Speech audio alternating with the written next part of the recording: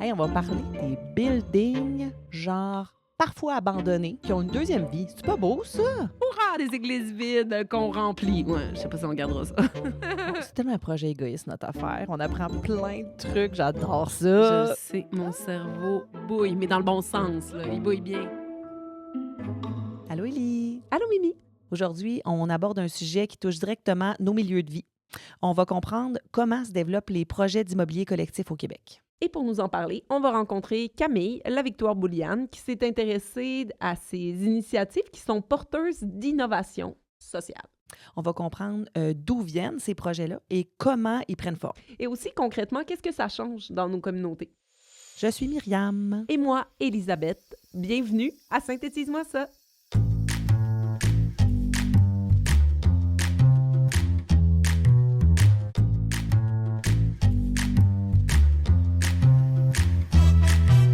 Bonjour Camille. Bonjour! Ça nous fait vraiment plaisir de te recevoir. Ben, merci! C'est drôle parce que je parlais avec Myriam un peu avant le début du balado, puis on se disait, OK, en partant de projet, on se disait, OK, on rencontre des gens, les sciences sociales, on va rencontrer des TS, des psychologues. Puis là, tu nous as envoyé ton sujet, tu nous as écrit, puis on était comme, oh wow, on vit toutes sortes d'affaires. Parce que je pense que tu es comptable agréé, hein? C'est bien Oui, ça de ben c'est ça. formation? C'est pour Ouais. ça, effectivement, là, j'essaie de faire le pont un peu entre les deux. Fait que tant mieux si ça l'a surpris un peu votre essence plus sciences sociales. Là. Fait que, tu sais, moi, c'est vraiment... J'ai fait ma maîtrise en sciences de la gestion, Oui. mais avec ce côté-là, innovation sociale, fait qu'il vient chercher le côté, le développement des communautés. Tu sais, fait que c'est ça, c'est de joindre le côté de la gestion, des outils un petit peu plus pragmatiques avec, c'est ça, le développement des communautés, si je dis ça très globalement. Ouais. On est tout à fait dedans. Ouais, j'avoue que ça nous a... on aime ça, être déstabilisé un petit peu, fait que c'est parfait. C'est bon. D'ailleurs, là, parle-nous donc un petit peu de qu'est-ce qui t'a amené à t'intéresser à l'immobilier collectif. Oui, mais ça parle de quelque chose d'assez personnel, si je peux dire. Ben, tu sais, c'est un retour aux études de mon côté. Comme tu l'as dit, j'ai mon titre de comptable professionnel agréé. Puis, ben, j'avais envie de utiliser cette boîte à outils-là à des fins un petit peu plus pratico-pratiques, comment ça peut avoir un impact dans ma vie au quotidien puis aux gens autour de moi, fait que de ma communauté, si je peux dire largement. Puis, ben, dans le cadre de la maîtrise, on voyait plein de types d'initiatives et tout ça. Puis, ben, moi, c'est juste à un moment donné, je marchais dans le Vieux-Longueuil et puis j'ai vu, ben, c'est un ensemble conventuel, fait qu'un couvent. Puis, c'était comme ça devait faire 12 000 fois là, que je passais sur cette rue-là, sur la rue Saint-Charles, puis j'avais jamais vraiment regardé ce lieu-là. Puis, ben là, il a été porté à mon attention puisque j'avais vu un article dans le journal il y a quelques jours auparavant, comme quoi il était mis en vente, puis qu'il y avait l'intérêt là, de différents, du pôle économie sociale à Longueuil, différents organismes communautaires et tout ça, de faire un projet, de pouvoir l'acquérir, faire un projet. Fait que là, c'est de dire que ben, j'ai juste levé les yeux autour de moi, j'ai vu qu'il y avait ce projet-là, puis j'ai dit, ben, tu sais, j'habite à quelques coins de rue, pourquoi pas... L'acheter. Carrément. Mais non, mais pourquoi pas m'intéresser de plus près à ce projet-là, parce que dans la maîtrise, on voit toutes sortes de projets vraiment intéressants en économie sociale.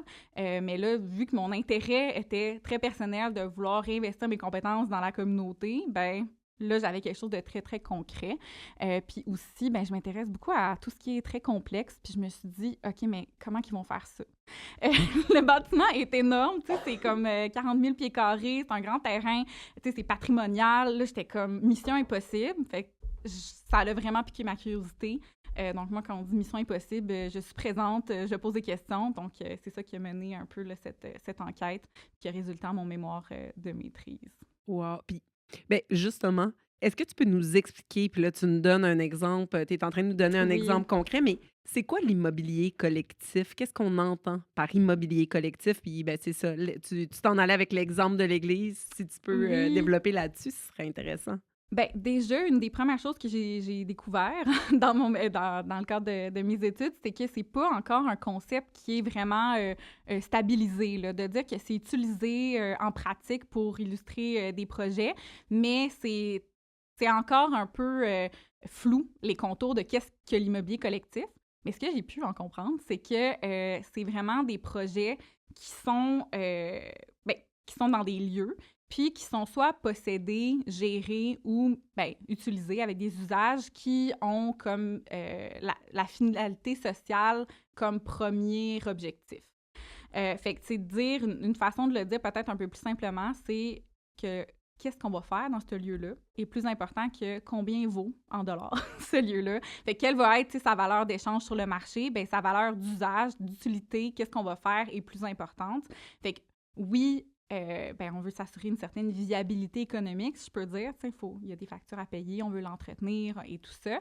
Mais l'objectif, c'est pas de faire un profit ou d'optimiser ce lieu-là dans le but d'en faire un profit. Le but, c'est de l'optimiser, si je peux dire, pour qu'il y ait le plus de retombées là, dans la communauté. OK. Donc, dans le fond, il y aurait l'immobilier le plus traditionnel où est-ce qu'on est plus justement dans l'idée de faire du profit. Il y a l'immobilier collectif que tu amènes qui est vraiment dans l'objectif de trouver un projet, tu sais, de favoriser le projet commun. Puis on dirait, quand je voyais ça, je me demandais, par exemple, les logements sociaux. Est-ce que, puis là, peut-être que ça n'a pas rapport, mais j'essayais de les classer un peu là-dedans. Est-ce que c'est de l'immobilier collectif? Est-ce que c'est de l'immobilier traditionnel? Est-ce que c'est autre chose? Je me posais la question par rapport à ça. Exact. Ça rentre dans la grande famille de l'immobilier collectif. Fait que c'est de dire que ça, c'est immobilier collectif, mais avec une vocation qui est davantage résidentielle. Fait que, tu sais, de faire des logements sociaux. Puis c'est aussi quelque chose qui est un petit peu plus, tu sais, qui a un peu plus des contours clairs, qui est plus institutionnalisé dans le sens qu'il y a des programmes de financement autour de ça. Il y a des groupes de ressources techniques qui sont organisés. Tu sais, il y a certaines choses qui sont déjà mises en place, mais dès qu'on sort du côté résidentiel, parce qu'on a des projets qui vont être soit mixtes, fait qu'avec des vocations résidentielles et non résidentielles, donc plus communautaires, c'est là qu'on rentre dans le flou. Puis c'est aussi là que, l'univers des possibles est très grand. De qu'est-ce qu'on peut faire quand on dit « OK, on sort du logement ». Fait que moi, je me suis intéressée davantage à des projets qui avaient une composante de logement, mais qui n'était pas nécessairement centrale, mais que c'était plutôt de faire des milieux de vie collectifs en dehors du logement. Mais oui, quand, tu sais, si on y va plus théorique, je peux dire, c'est dans la grande famille de l'immobilier collectif parce qu'il y a vraiment des principes fondamentaux qui est justement, tu sais, la finalité sociale, le fait que, tu sais, on puisse loger des personnes dignement, de manière abordable et tout ça, tu sais, ça suit les valeurs de l'immobilier collectif dans son ensemble. OK. Puis, fait que là, tu t'es intéressée au flou, justement, comme toute la partie flou. OK. C'était mon beau défi, là, effectivement. C'est un beau défi, en effet. Puis, selon toi, pourquoi c'est un sujet qui est important aujourd'hui au Québec? Bien, effectivement, tu sais, là, on parle de logement. Tu sais, je vous cacherai pas qu'il y a une crise de l'immobilier, une crise du logement, spéculation immobilière. Aussi, c'est de dire que, tu sais, tout ce qui est, tu sais, l'espace urbain, fait que c'est ça, nos quartiers, nos villages, bien, c'est quoi notre pouvoir d'agir sur ces lieux-là? Bien, souvent, c'est très limité, surtout si tu peux pas, tu sais, toi-même devenir propriétaire, puis même là, tu sais, ça reste dans le domaine du privé. Fait qu'il y a déjà comme ce premier contexte-là qui est comme un enjeu ou une problématique que j'ai identifiée. Puis, tu sais, quand on parle de les gens ont de la misère à se loger, bien aussi les organisations qui veulent aider ces gens. Fait que, tu sais, souvent, ça va être organismes communautaires ou entreprises d'économie sociale, même aussi, sinon, tu sais, des artistes indépendants et tout ça, eux aussi ont de la misère à trouver des lieux pour pouvoir exercer leur mission, vivre de leur art et tout ça. Fait que c'est-à-dire que c'est un problème qui se répercute, tu sais, justement, qu'il y a plusieurs effets rebonds là, dans notre société. Fait que ça, je dirais, c'est comme, il y a un momentum au niveau des enjeux. Puis quelque chose que j'ai voulu regarder aussi, c'est qu'il y a comme une opportunité dans le fait que, au Québec, il y a beaucoup de bâtiments à caractère religieux qui sont sous-utilisés ou même inutilisés. Fait qu'il y a cette réalité-là qui est assez particulière au Québec, que veut pas, tu sais, la religion catholique, pour ne pas la nommer, une importance vraiment importante, mais qui a été très importante. C'est important, au Québec. Fait que, tu sais, il y a des églises dans chaque cœur de village et tout ça. Fait que, tu sais, on a un patrimoine bâti qui a une certaine valeur, qui a une valeur culturelle, qui a une valeur symbolique, qui a une valeur, tu sais, juste dans notre paysage. Puis qui a été aussi, pendant très longtemps, des lieux de rassemblement, tu sais, qui l'est toujours, mais qui l'est moins pour l'ensemble de la population, mais comment ramener ces lieux-là pour répondre aux besoins actuels des communautés. Fait qu'il y avait comme ce grand défi lié à l'immobilier. Et puis, c'est un défi aussi pour ces bâtiments-là religieux, mais aussi l'opportunité de pouvoir en faire quelque chose si on peut joindre les deux. Tout à fait. C'est un peu ça l'idée. OK. Et là, on a mis en place un petit peu ce dont tu parlais. Puis j'ai envie de voir, tu sais, où est-ce que tu es allé chercher ton info pour produire ton mémoire. Puis je vais juste redonner le titre, on l'a pas dit, mais tu t'intéresses à comment émergent les projets immobiliers collectifs porteurs d'innovation sociale au Québec. Donc, j'ai envie que tu nous parles où est-ce que tu es allé chercher ton information pour traiter de ton sujet, puis comment tu t'y es prise, en fait, pour cette étude-là. Oui, ben je me suis intéressée à l'émergence justement parce que c'est quelque chose d'émergent. Fait que j'aurais pu honnêtement difficilement m'intéresser à autre chose parce que c'est pas encore quelque chose de stabilisé comme ben l'immobilier collectif en soi est pas un domaine stabilisé, mais tu sais les manières de faire et tout ça non plus. Donc ben je me suis intéressée à l'émergence puis comme il y a peu ben, de littérature scientifique, ben, tout le savoir était vraiment au niveau des porteurs de projets, fait que des projets qui sont en émergence. Fait que c'est pour ça que je suis allée avec ben, des études de cas, fait que d'aller vraiment voir de plus près ces différents projets. J'en ai fait 4 dans le cadre de ma recherche. Fait que je suis vraiment allée d'un point de vue qualitatif, de voir, ben OK, ce qui était au niveau de la littérature plus scientifique, classique, qu'on pourrait penser pour un mémoire, ben c'était plus des littératures connexes. Il n'y avait pas grand-chose sur ce sujet-là. Mais au niveau de la littérature, ce qui était littérature grise, je peux dire, ou qu'est-ce qui était produit par les porteurs de projets, bien ça, il y avait quand même pas mal de trucs. Fait que j'ai analysé ces documents-là, fait que tout ce que j'ai pu mettre la main dessus, de ces 4 projets-là, j'ai fait 4 études de cas, mais je suis aussi allée justement à la rencontre en faisant, des observations participantes, donc, c'est des lieux qui ont été, je les remercie d'ailleurs, qui m'ont ouvert leurs portes, que j'ai pu vraiment les connecter avec les gens, puis m'asseoir autour de la table, puis participer aux discussions. Fait que ça a fait partie aussi de ma collecte de données. Puis enfin, ben, j'ai fait aussi des entretiens, fait que de vraiment m'entretenir de proximité avec des différents porteurs de projets, des gens qui sont impliqués de près dans ces projets-là. Fait que c'est comme ça que j'ai pu aller là, chercher des données et comprendre là, davantage comment émergent ces projets-là. Puis justement aussi leur portée d'innovation sociale, fait que de voir comment ils peuvent être transformer nos sociétés, nos manières de faire. Puis là, les projets que tu as en fait, que tu as plus étudié de proche. Tu me corrigeras si c'est pas ça, là, mais Hoche-Lab, le collectif de Longueuil, Cité des hospitalières et Maison Mère. Exactement. C'est bien ça, hein? Oui. Mais parle-nous donc en fait, c'est quoi une recherche-action collaborative? Ça consiste en quoi, ça, exactement? Bien, exactement. C'était le mot le dit, si on le décortique un peu, c'est le fait que j'étais dans l'action. Fait que ben, j'avais un partenaire de recherche principal qui était avec le collectif de Longueuil. Fait que comme je suis de Longueuil, c'était avec le pôle économie sociale que j'ai travaillé vraiment à proximité. Fait que de dire que j'étais dans l'action, je participais à co-construire le projet en émergence. Fait que, j'étais vraiment, présente pendant 18 mois au pôle économie sociale pour, aider le collectif à, développer différentes connaissances sur qui se passait là. Fait que j'ai vraiment été au cœur du projet. Fait que c'est la dimension, je dirais, action. Puis, ben, j'ai aussi été présente dans les différents projets, à différentes échelles selon ce qui était possible. C'est pour ça que je dis que le pôle, c'était comme mon partenaire de recherche principal.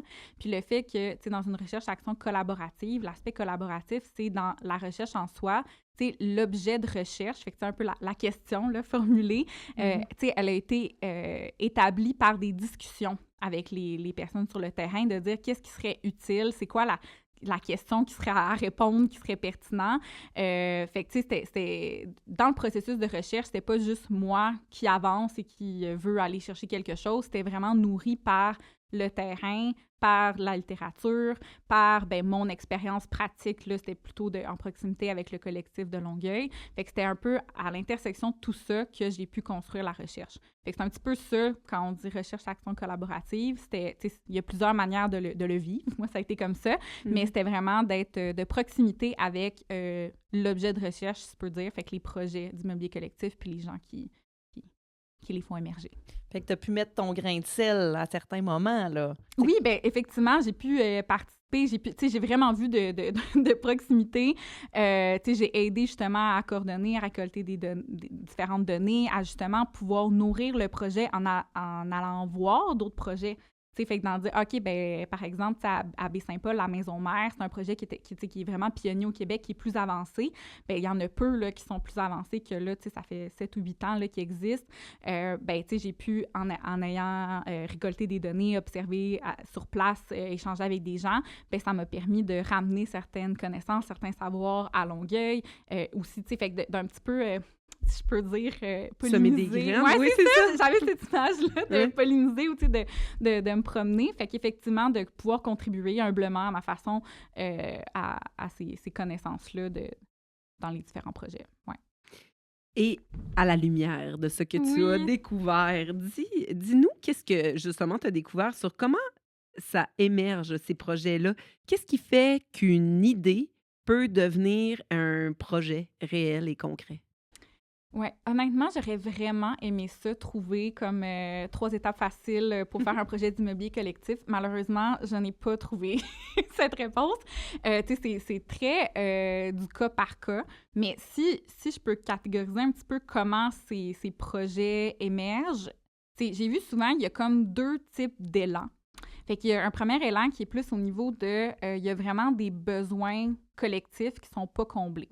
Fait que par exemple, ben, je donne un autre exemple, c'est la coop Madame qui est à Montréal, puis c'est une coop d'artisanes, d'artistes indépendantes au Québec, ben, à Montréal, qui, elle, ben, était tannée un peu d'avoir des espaces pour faire leur art, faire leur pratique, qui étaient inadaptés, qui étaient justement, ils étaient soumis aux pressions du marché et tout ça. Fait qu'elles se sont mises en commun pour établir quels étaient leurs besoins et faire l'acquisition d'un bâtiment, le rénover dans des lieux adéquats, puis justement se protéger de la spéculation immobilière pour leurs espaces. Fait que ça venait vraiment de dire, bien, l'immobilier collectif était une solution à un besoin à la base qui était de dire, bien, on veut des lieux adaptés pour notre pratique artistique, puis on veut se mettre en commun. Fait que ça, je dirais, c'est comme un premier élan, ça part d'un besoin, tu sais, je pourrais dire un besoin social qui va être fort. Puis, ben, l'autre côté, souvent, ça va être l'opportunité d'un lieu. Fait que, tu sais, par exemple, à Longueuil, ben, c'était le couvent qui est mis en vente. Tu sais, c'est un endroit avec un patrimoine culturel, social qui est super fort.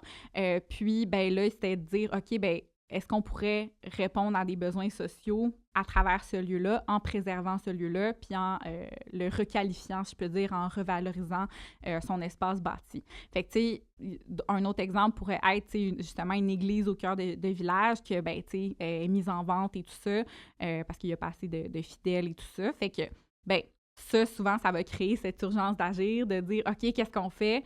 Comment qu'on peut réinvestir le lieu? Fait qu'il y a un peu ces 2 élans-là, je pourrais dire, qui font qu'un projet d'immobilier collectif va émerger. Donc, des gens qui s'entretiennent ensemble pour avancer un projet. Puis, j'imagine qu'il faut quand même une certaine forme de financement, ou puisque le lieu est disponible. Tu sais, au niveau du financement, ça s'organise comment? Parce que... Bien, ça aussi, ça dépend vraiment beaucoup parce que, tu sais, en contexte urbain versus rural, c'est pour ça aussi que j'ai voulu aller dans un peu plus en région, justement, à Baie-Saint-Paul, que, tu sais, c'est pas la même réalité que, par exemple, à Longueuil ou à Montréal, où est-ce que, ben, tu sais, le prix du foncier est vraiment exponentiel, si je peux dire, versus que, tu sais, des fois, on voit, tu sais, dans les nouvelles, on peut voir une église vendue pour $1. Tu sais, c'est de dire que, tu sais, il y a des situations où est-ce que l'accès au financement va être moins important que d'autres. Tu sais, par exemple, à Baie-Saint-Paul, ben, c'était l'ensemble conventuel des Petites Franciscaines de Marie, qui est une communauté qui a été, tu sais, des bâtisseuses de Baie-Saint-Paul.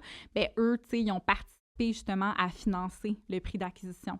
Fait que, tu sais, c'est-à-dire qu'eux, ils ont été justement, tu sais, philanthropes pour que, ben là, c'était la ville de Baie-Saint-Paul, puisse reprendre le lieu puis développer le projet de la Maison Mère. Fait que, tu sais, il y a différentes configurations, mais, tu sais, pour répondre à la question simplement, je pourrais dire que ça demande quand même beaucoup de créativité. Ça demande beaucoup de, tu sais, un certain mix financier entre, ben, tu sais, oui, OK, peut-être des prêts traditionnels, de la philanthropie, des prêts adaptés à, tu sais, l'économie sociale ou au communautaire. Fait que, tu sais, mais ça demande souvent des montages financiers qui vont être assez longs à construire, complexes. Fait que, tu sais, oui, ça fait partie d'un des points là, qui est assez difficile là, quand on parle d'immobilier collectif. Parfait. Puis tu parles c'est ça, des besoins collectifs qui sont non comblés, de répondre à des besoins sociaux, Mhm. puis comme l'urgence d'agir. Mais selon ce que tu as pu observer, c'est quoi les 2, 3 dynamiques qui reviennent dans les projets qui fonctionnent? Oui, ben dans les projets qui fonctionnent, ben c'est justement quand le projet provient du terrain, si je peux dire ça comme ça, que c'est vraiment, tu sais, il y a une étude de qu'est-ce que les gens ont besoin dans cette communauté précise-là. Fait qu'un peu comme je disais, il n'y a pas un bon projet d'immobilier collectif en 3 étapes faciles. Il faut mettre un CPE, puis un lieu de diffusion, puis tout ça. Ben non, ça pourrait ne pas être approprié du tout, puis pas répondre aux besoins du milieu. Fait que, tu sais, par exemple, ben, justement, à Longueuil, il y a vraiment un besoin, tu sais, comme il y a un manque de locaux abordables pour les artistes. Donc, tu sais, ça fait partie d'une problématique. Ben c'est sûr qu'il faut qu'il y ait une composante, justement, d'espace aménagé, abordable pour les artistes. Versus que, ben ils ont essayé ça, justement, à la Maison Mère, d'avoir des locaux pour les artistes, puis ben il n'y avait pas vraiment ce besoin-là. Fait que finalement, ben ils ont loué leurs locaux, tu sais, pour d'autres usages. Tu sais, à Baie-Saint-Paul, un exemple, c'est ils ont fait un café. C'est si vous allez à Baie-Saint-Paul, allez au Mousse Café. J'ai déjà été. Bon, c'est ça, qui est une coopérative de solidarité, mais qui est, tu sais, c'est un lieu ouvert à l'année, qui est, oui, pour les touristes, on peut y aller, c'est très agréable, mais aussi pour les gens locaux pour créer du lien social, de la mixité. C'est un lieu où est-ce que, tu sais, qui est aménagé, où est-ce que les enfants peuvent aller, qu'il y a des soirées de jeux de société et tout ça. Fait que ça venait vraiment répondre à un besoin d'avoir un lieu de rassemblement à Baie-Saint-Paul. Fait que, par exemple, c'est de dire, ben ça marche là, mais ça pourrait, tu sais, ne pas marcher dans un autre lieu. Fait que pour répondre à la question, une dynamique clé, c'est vraiment d'analyser qu'est-ce qu'on a besoin dans la communauté environnante, puis que les projets partent du terrain. Par exemple, tu sais, les besoins, là, est-ce que c'est des citoyens qui vont à la mairie, qui font comme « Hey, nous, on est des artistes, on n'a pas d'accès à des locaux, qu'est-ce qu'on fait? Offrez-nous un espace. » Ça part de où ces besoins? En fait, c'est comptabilité de besoins, par exemple. Oui, bien souvent, ça va soit être que les porteurs de projets vont dire « Hey, nous, on a un projet intéressant », puis ils vont faire justement cette annonce-là et cette récolte de besoins-là. Mais il y a aussi que souvent, tu sais, un point qui est très important aussi, c'est qu'il y a très souvent dans ces projets-là qui fonctionnent, je l'appelle comme un agent de liaison ou comme un acteur, c'est ça, qui va créer du lien, que ce soit, ben, tu sais, par exemple, à Baie-Saint-Paul, ça a été une personne, mais une agente de développement économique de la MRC. Fait qu'elle, là, elle avait vraiment une grande visibilité sur c'était quoi les projets en cours, c'était quoi les besoins les plus criants. Fait que, tu sais, elle a vraiment été impliquée au cœur du projet. T'sais. Fait que c'est comme de pouvoir mettre des gens stratégiques. T'sais, à Longueuil, bien, il y a le pôle d'économie sociale qui est vraiment central dans l'écosystème communautaire d'économie sociale de l'agglomération, qui connaît les besoins des membres, qui a cette voie-là un peu plus centrale pour justement aller récolter les différents besoins, les différentes opportunités. Fait que, souvent, d'avoir cet acteur de liaison-là est assez clé pour faire ce travail, mais qui effectivement reste non exhaustif. Mais oui, c'est ça. Fait que souvent, c'est d'avoir une espèce de tierce partie, agent de liaison, qui va avoir ce rôle-là. Je me questionnais justement, puis je pense que tu y réponds un peu, mais c'était quoi le type de profil, de personne ou de groupe qui décide de s'en aller dans ce genre de projet-là? Est-ce que ce que tu viens de dire, il répond ou il y aurait autre chose à ajouter? Tu sais, j'entends l'idée de l'agent de liaison, mais en fait, non, je resterai avec ma question, à savoir, finalement, je garde ma question, mais c'est ça, le profil de personne ou de groupe qui s'engage dans ce type de projet.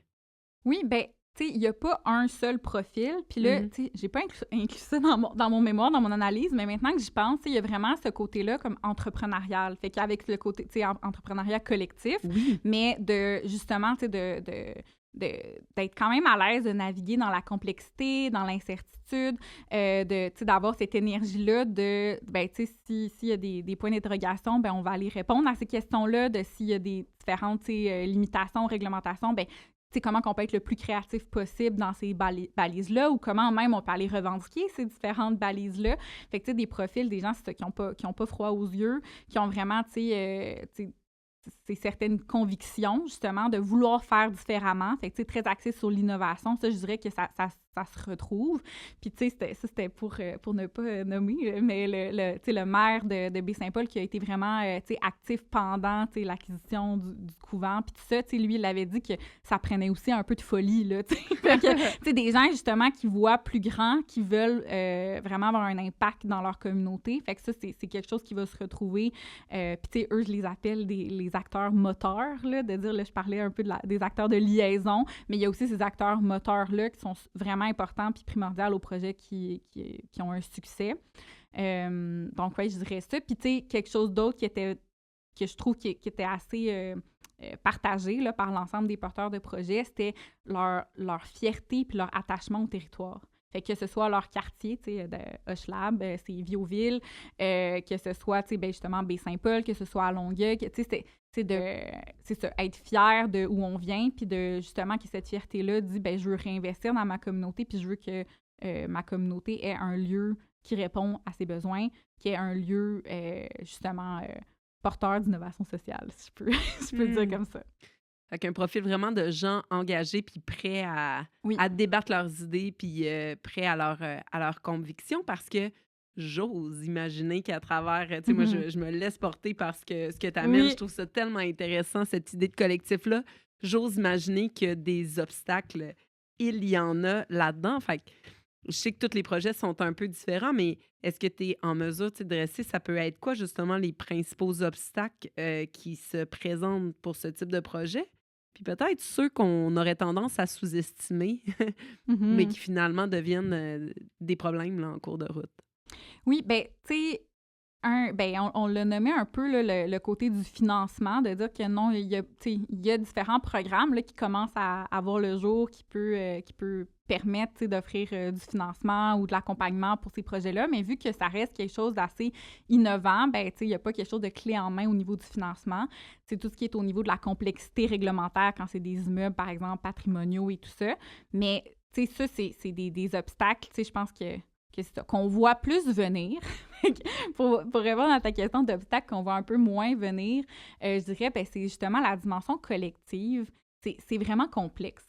Fait que, tu sais, c'est souvent sous-estimé à quel point c'est important d'avoir des bases solides au niveau de, ben, tu sais, c'est quoi, un peu mission, vision, valeur, là, le classique de, tu sais, quand on veut entreprendre un projet ensemble, ben, de se mettre d'accord là-dessus.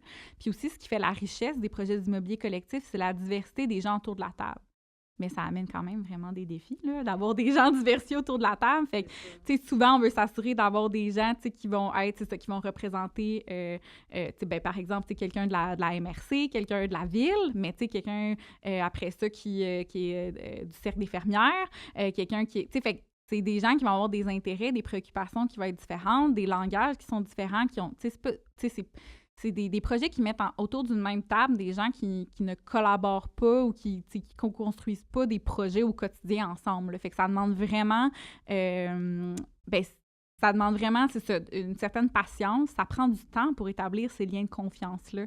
Fait que ça, je pense que c'est une dimension peut-être qui est sous-estimée à quel point ça peut prendre du temps de créer ces liens-là, puis de se comprendre. Puis c'est pour ça que, je reviens à comme l'agent de liaison, là, c'est un peu une personne qui va aider à traduire ces différentes intentions-là entre les différentes parties prenantes, à tirer qu'est-ce qui est les éléments, les clés, justement, de dire qu'il peut y avoir du bruit, il peut y avoir des fois des échanges que les gens ne s'entendent pas. Bien, qu'est-ce qu'on peut faire au-delà des divergences d'opinion? C'est sur quoi on s'entend, puis comment qu'on peut travailler ensemble pour l'objectif commun. Fait que, ça reste que c'est pas évident. Puis, moi, c'est quelque chose qui m'a déstabilisée moi-même, là, de voir à quel point on prend pour acquis, en tout cas, je peux parler pour moi, là, de dire, je prends pour acquis que les gens vont comprendre ce que je veux dire ou que, ils vont comprendre mes intentions, puis qu'au contraire, je comprends ce que les gens veulent dire, mais on a chacun ses interprétations, puis dans un projet comme ça, c'est ça, il faut trouver une manière de traduire tout ça.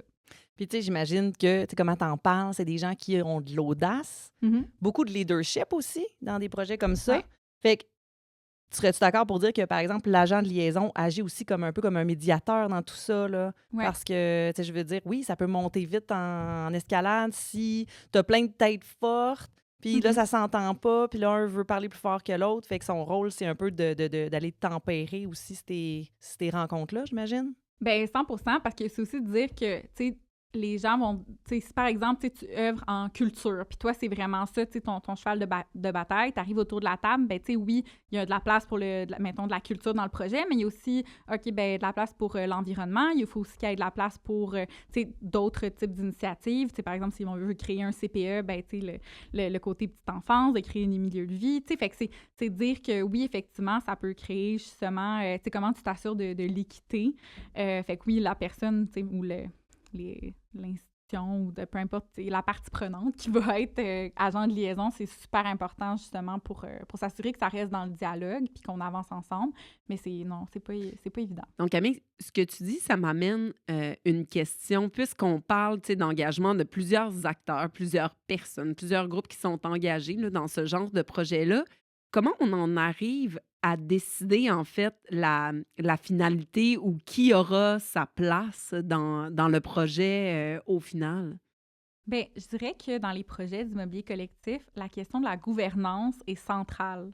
Puis tu sais, quand je parlais un peu des éléments qui sont complexes entre les différents... Oui, comme la gestion des personnalités, tout ça, mais c'est au-delà de ça, c'est de dire comme, justement, qui a sa place autour de la table, comment qu'on décide, bien, tout ce processus-là est très long et fastidieux.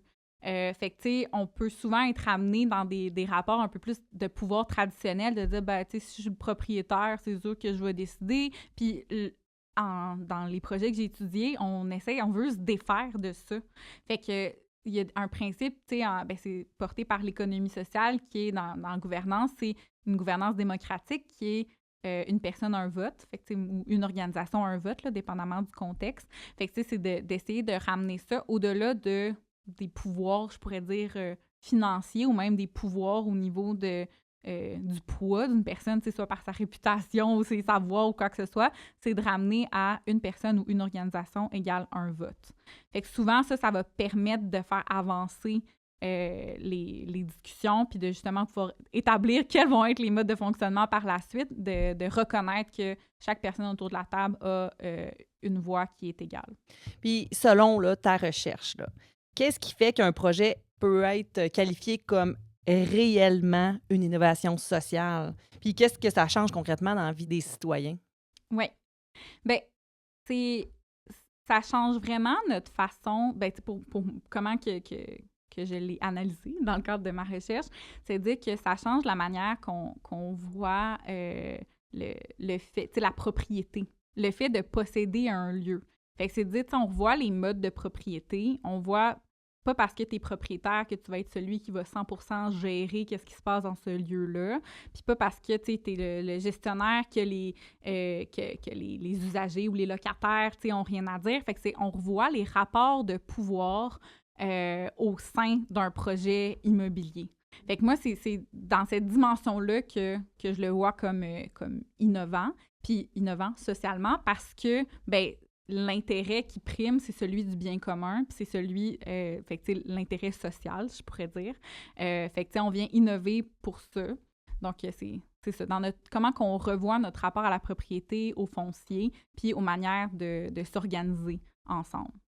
Fait que, mettons que je le dirais simplement, ça serait ça. Vraiment intéressant de se ramener justement, en fait, parce que c'est ça, avec les divers acteurs qui sont autour, c'est de se ramener à l'objectif commun puis de se ramener au bien commun qui est l'objectif du projet. Exact. À travers ta recherche comme ça, est-ce que, bon, c'est un mémoire, hein? On y met notre cœur et des fois, ça a ses limites aussi. Est-ce qu'il y a des angles que tu aurais aimé approfondir davantage dans ton projet? Oui, il y en a beaucoup. Fait il a fallu que c'est ça que je me limite. Merci à ma directrice de mémoire qui m'a aidé à canaliser mes énergies. Mais oui, c'est sûr que, comme j'ai dit, je me suis intéressée à l'émergence, mais je serais vraiment intéressée d'en savoir plus sur comment ces projets-là se stabilisent puis se réinventent. Fait que, comment ils s'assurent d'être pertinents, sont pertinents au jour J, parce que oui, on a fait une certaine étude de besoin, les gens sont mobilisés, mais comment ça dure dans le temps, Ça, c'est sûr que c'est quelque chose qui m'intéresserait beaucoup. Puis aussi, ben, on en a parlé, le côté financier. Ben, c'est là que mon petit chapeau de CPA, de comptable, revient, que c'est justement des montages financiers qui sont complexes, qui demandent une certaine créativité d'un point de vue financier. Fait que, je suis pas allée de très près là, sur ces différentes dimensions-là. Donc, c'est sûr que ça m'aurait vraiment intéressé d'explorer davantage comment ça se tient, comment on s'assure que le projet est viable, parce que justement, ça a un impact direct sur sa pérennité. C'est-à-dire que si on est capable justement que les plus et les moins se balancent, ben on est capable de garder le projet vivant. Donc, c'est ça aurait été vraiment des éléments que j'aurais aimé approfondir pour justement, après ça, pouvoir amener plus de connaissances sur ces éléments-là. Mais c'est ça, humblement, je n'ai pas pu. Puis pour info, les projets que tu as décidé d'étudier, justement, tu t'es intéressé à leur émergence. Est-ce que est-ce qu'ils sont toujours en cours? Est-ce que ça tient toujours et ils se maintiennent dans le temps? Bien, si j'y vais un peu, là, les 4 différents projets, bien, tu sais, c'est un des constats aussi, c'est que c'est très long, les projets. C'est vraiment comme un marathon, puis je dirais aussi, tu sais, vu que c'est collectif, c'est comme un marathon à relais, là, de dire que ça demande beaucoup d'efforts collectifs. Fait que, tu sais, le projet à Longueuil est toujours en cours, mais, tu sais, est quand même encore, je dirais, au stade d'émergence.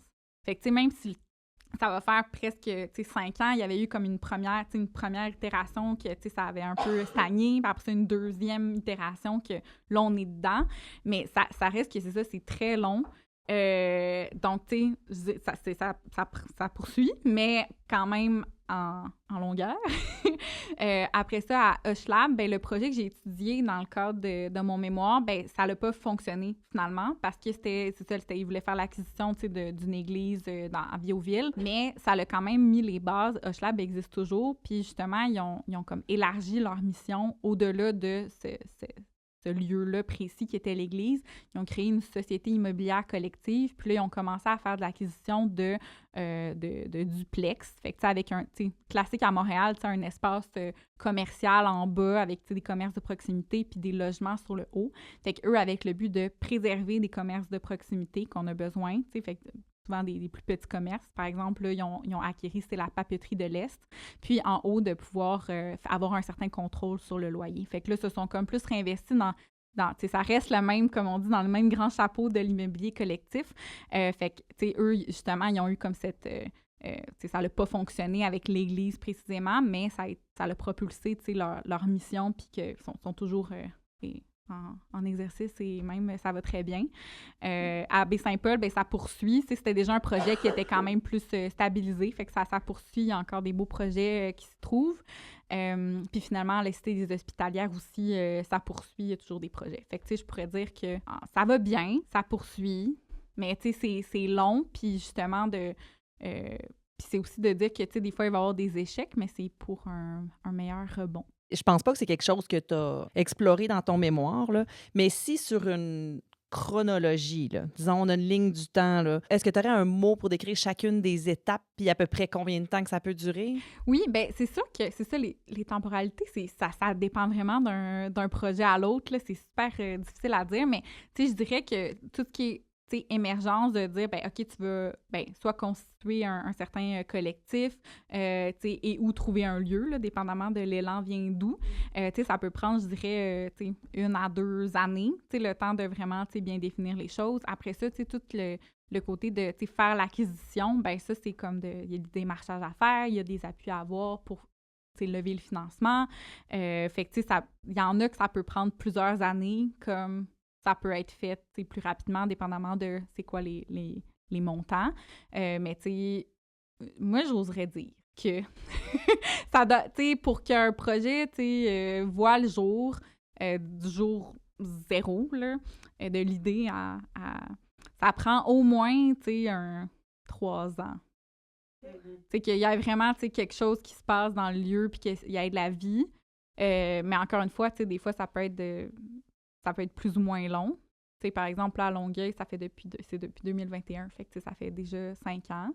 Puis l'objectif est qu'il y ait de la vie dans le lieu, vraiment une occupation en 2027. Ça doit dépendre de la complexité du projet aussi. Ça comprend, c'est ça, la grosseur du projet, la complexité, tout ça.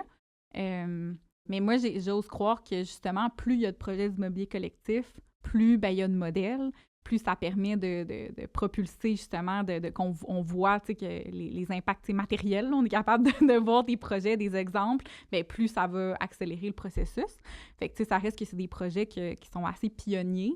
Donc, je pense que c'est normal que ça soit plus long, mais quand même fastidieux. Puis justement, comment tu vois l'avenir de l'immobilier collectif au Québec, basé sur ça? Bien, c'est sûr, moi, je pense que c'est vraiment important. Puis c'est justement, tu sais, on est dans une... Tu sais, là, je rentre dans d'autres enjeux aussi, au-delà de l'enjeu du foncier, tu sais, il y a comme une crise de la solitude, de trouver des milieux de vie, tu sais, qui soient au cœur de nos quartiers, au cœur de nos villages. Fait que pour moi, tu sais, l'immobilier collectif, c'est une façon de réinvestir dans nos communautés.